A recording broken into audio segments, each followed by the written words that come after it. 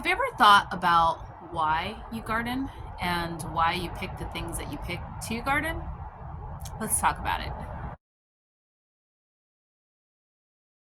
Hi everyone, welcome back to my channel. I'm Shamira Benson, one part of Team Benson, and I want to talk about my why of gardening and why I pick the different things that I pick in order to garden. So I think that with all of the planning everybody's doing for their spring gardens and trying to decide what to plant, what not to plant, what to plant a lot of, this could be a good conversation. So these days now, guys, I wait for the sun to come up because it's so cold in the morning. But I'm loving my garden right now. It's so beautiful. So many things are growing back here to eat. The first thing that I think about when I decide to plant something in my garden is, what are the needs of my family? What are those different things that we love to eat? What do we appreciate eating? So those things that you're really like, oh, I really love eating that, because I want to make sure that is the thing that's fresh as possible, because it brings a love back into vegetables and fruits for my family. For instance, have you ever had homegrown broccoli?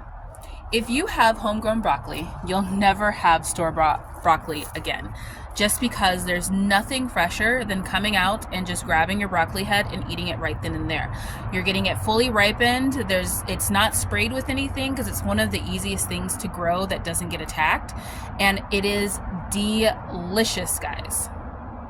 I'm telling you, if you've never had homegrown broccoli, you are completely missing out, because it is amazing. Now, the next thing is, I look at those like dirty dozen list and I think, oh my goodness, that's pretty gross that they're just saying, hey, by the way, this is highly sprayed with pesticides, so have fun. And it's usually like 12 items.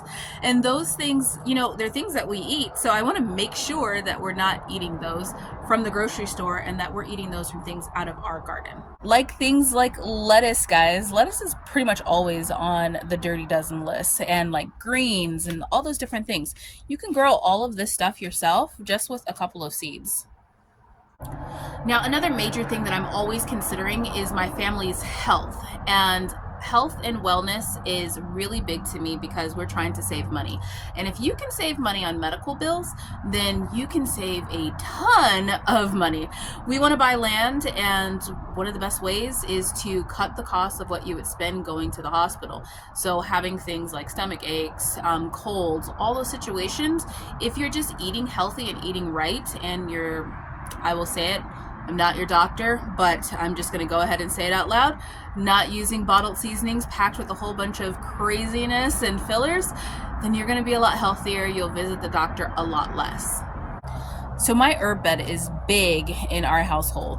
We have all different types of herbs, as you guys can see here. This is just one of the places I have herbs. I have more herbs like just in hanging pots.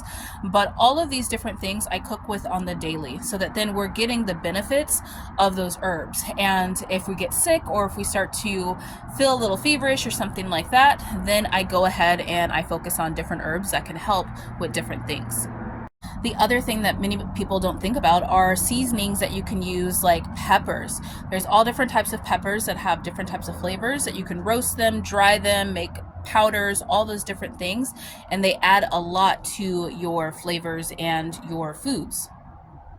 And cherry tomatoes, this thing is just absolutely a beast. If you guys are not adding cherry tomatoes to a lot of your dishes, you are missing out on just a burst of flavor. This one is a black cherry tomato, and it's going to provide a lot of seasoning and just greatness to our food for like year and a half, 2 years, just off that one plant.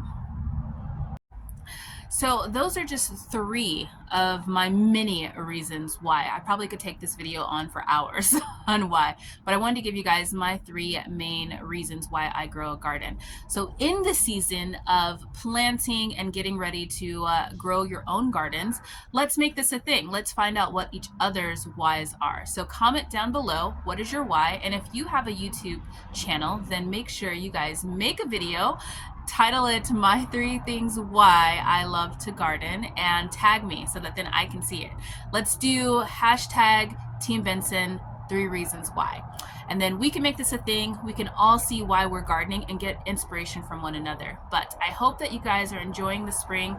I hope that you guys are enjoying the last bits of winter if you guys are not in the spring yet. But until next time, grow yourselves a garden, because even a small space can provide you with tons of food. Bye guys.